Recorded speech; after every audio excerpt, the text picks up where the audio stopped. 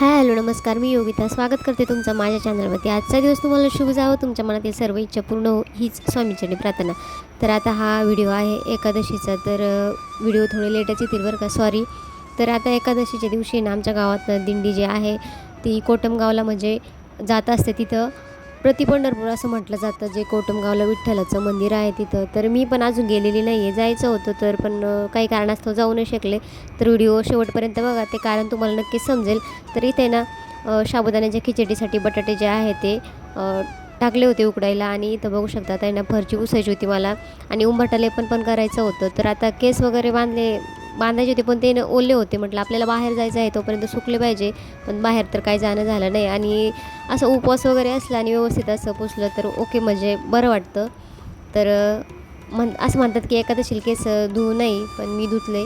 तर चला आता इथं उंबरठा पण करून घेत आहे. आणि उंबरठा पण केल्यानंतर खरंच आहे ना, घरात खूप अशी पॉझिटिव्ह एनर्जी येत असते, म्हणजे एकदम मन असं प्रसन्न होतं. आणि सकाळी सकाळी ती जी पूजा आहे ना ती खरंच करायला पाहिजे.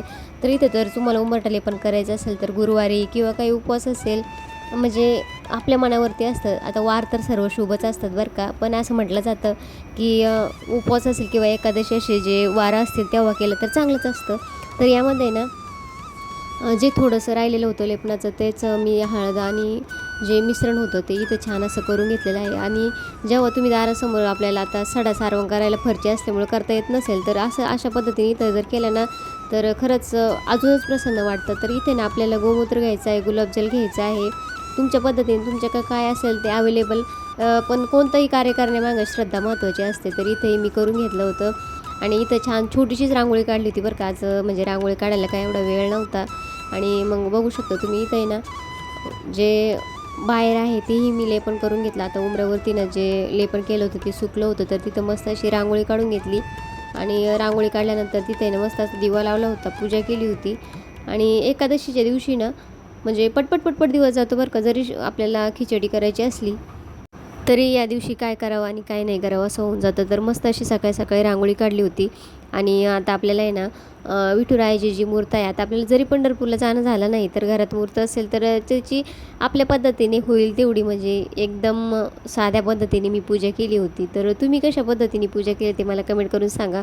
आणि तुमच्याकडं दिंडी वगैरे जात असेल तर तेही पण सांगा. तर आणि माझे व्हिडिओ कोण कुठून बघतं ते कमेंटमध्ये सांगायला विसरू नका. कमेंट करायला ना अजिबात पैसे लागत नाही, पण का कोणास ठाऊक व्हिडिओ भरपूर जण बघतात बरं का.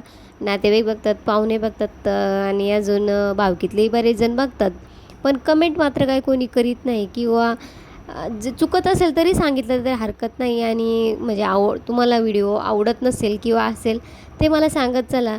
आणि तुम्ही कमेंट केली म्हणजे मला खूप काही पैसे भेटतात असं काही नाही आहे, पण एक म्हणजे माझ्यातली चूक समजते, किंवा मी कुठं चांगलं करते ते तरी समजतं.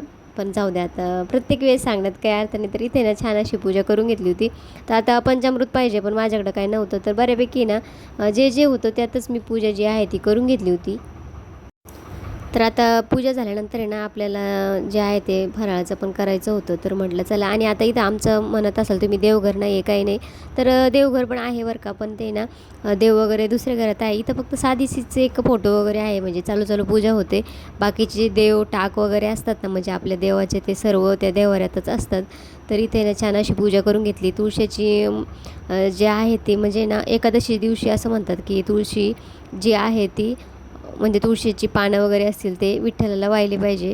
तर इथं छान अशी पूजा झाली होती. तर याच्यामागं खूप आख्यायिका आहे बरं का. एकादशी का साजरी करतात, काही जण म्हणतात की एकादशीनंतर आहे ना श्रीकृष्ण जे आहे ते, सॉरी, विष्णुदेव जे आहे ते निद्रास्त होतात. आणि म्हणजे अजून त्याच्यात भरपूर काही आख्यायिका आहेत. तर विठुराय पंढरपूरला का स्थायिक झाले त्याबद्दलही खूप आख्यायिका आहे. काही जण म्हणतात की जे भक्त पुंडलिक होते ते आईवडिलांची सेवा करत होते, आणि त्यांची भक्ती बघून जे कृष्ण रूपात जे आहे ना, तर विठुराय तिथं आले होते. आणि त्यांना म्हणजे त्यांना जे आईवडिलांची सेवा करत असताना पुंडलिकाने वीट फेकली होती, म्हणून विठू असं नाव पडलं. आणि ते तिथंच युगानुयुगे राहिले. आणि पुंडलिकानं त्यांच्याकडून वर मागून घेतला की तुम्ही इथं भक्तांना दर्शन द्या म्हणून. आणि त्यातल्या त्यात असंही म्हटलं जातं की जी रुक्माई आहे ती ना म्हणजे रुसून जी आहे ती, कारण भगवान श्रीकृष्ण जे होते त्यांना म्हणजे त्यांना राधेची आठवण आली. आणि ते ना त्यांच्या दैवशक्तीने राधेशी बोलत होते ते त्यांनी पाहिल्यानंतर त्यांना राग आला आणि मग त्या पंढरपुरात आल्या. त्यांचे युगेनयुगे त्यांनी मनवण्याचा प्रयत्न केला आणि असं भरपूर काही ऐकिक आहे बरं का. आता मी जे काय आहे ते म्हणजे जेवढं मला थोडं थोडं माहिती आहे ते सांगण्याचा प्रयत्न केला. तर बघा, आमच्या गावातून दिंडी चालली होती आणि आम्हाला संध्याकाळी जायचं होतं, पण काही कारण जाऊ शकलो नाही आम्ही. कारण आहोंची जी मावशी आहे ना, ते एक्सपायर झाल्या होत्या, तर त्याच्यामुळं मग आम्हाला इकडं जायला जमलं नव्हतं आणि त्याच्यामुळे आम्ही संध्याकाळी जाणार होतो, तर नाही गेलो. तर इथं साबुदाण्याची खिचडी वगैरे केली होती, तर एवढं असं फराळ व्यवस्थित असं केलं होतं. तर साबुदाणा वगैरे प्रॉपर तुम्हाला दाखवू शकले नाही. मला कोणताही सण असेल तर मेहंदी काढायला आवडतं. जर तुम्हाला काही माहीत असेल ना पंढरपूरविषयी किंवा काय, तर ते मला नक्कीच सांगा बरं का. मला थोडीशी जी माहिती आहे ती भेटली त्याबद्दल मी सांगितलं. आणि तर बघा आपण म्हणजे श्रीकृष्णाचाच अवतार जो आहे तो म्हणजे श्रीकृष्णानेच विठ्ठलाचा अवतार घेतलेला आहे असं म्हटलं जातं. तर आता मळ्यात आलो होतो कारण आपल्याला ना आता बाहेर जायचं आहे जरासं, तरी मक्का जनावरांसाठी केली होती. तिकडे भुईमुग आहे, भुईमुगात आता गवत व्हायला लागले बरं का. तर एकादशीचं जे आहे ना ते आपण दिंडीत जायचा प्लॅन केला होता, पण काही कारणास्तव जाऊ शकत नाही आहे. तर काय कारण आहे ते मी सांगेलच तुम्हाला नंतर.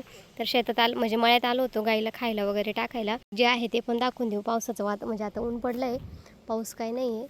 तर आता इथं थोडंसं बघितलं उळं कसं उतरलं आहे काय, आणि आता गाईला खायला वगैरे टाकून आहे ना आपण निघणार आहोत मळ्याकडं नाही, सॉरी, कुठं जायचं आहे ते तुम्हाला मी सांगते नंतर.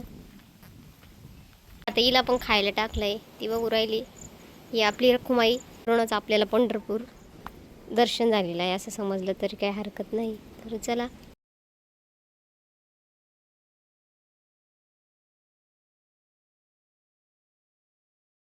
आता जिथं बाहेर गेलो होतो तिथून जाऊन आल्यानंतर आहे ना मग गाईला खायला वगैरे टाकलं, थोडंसं तिथं थांबलो. संध्याकाळच झाली होती आणि मग शेवट थोडासा नॉर्मल शॉर्ट व्हिडिओ जे आहे ते इथं घेतले आणि आजचा व्हिडिओ इथंच संपवतो. व्हिडिओ कसा वाटला कमेंट करून नक्की सांगा.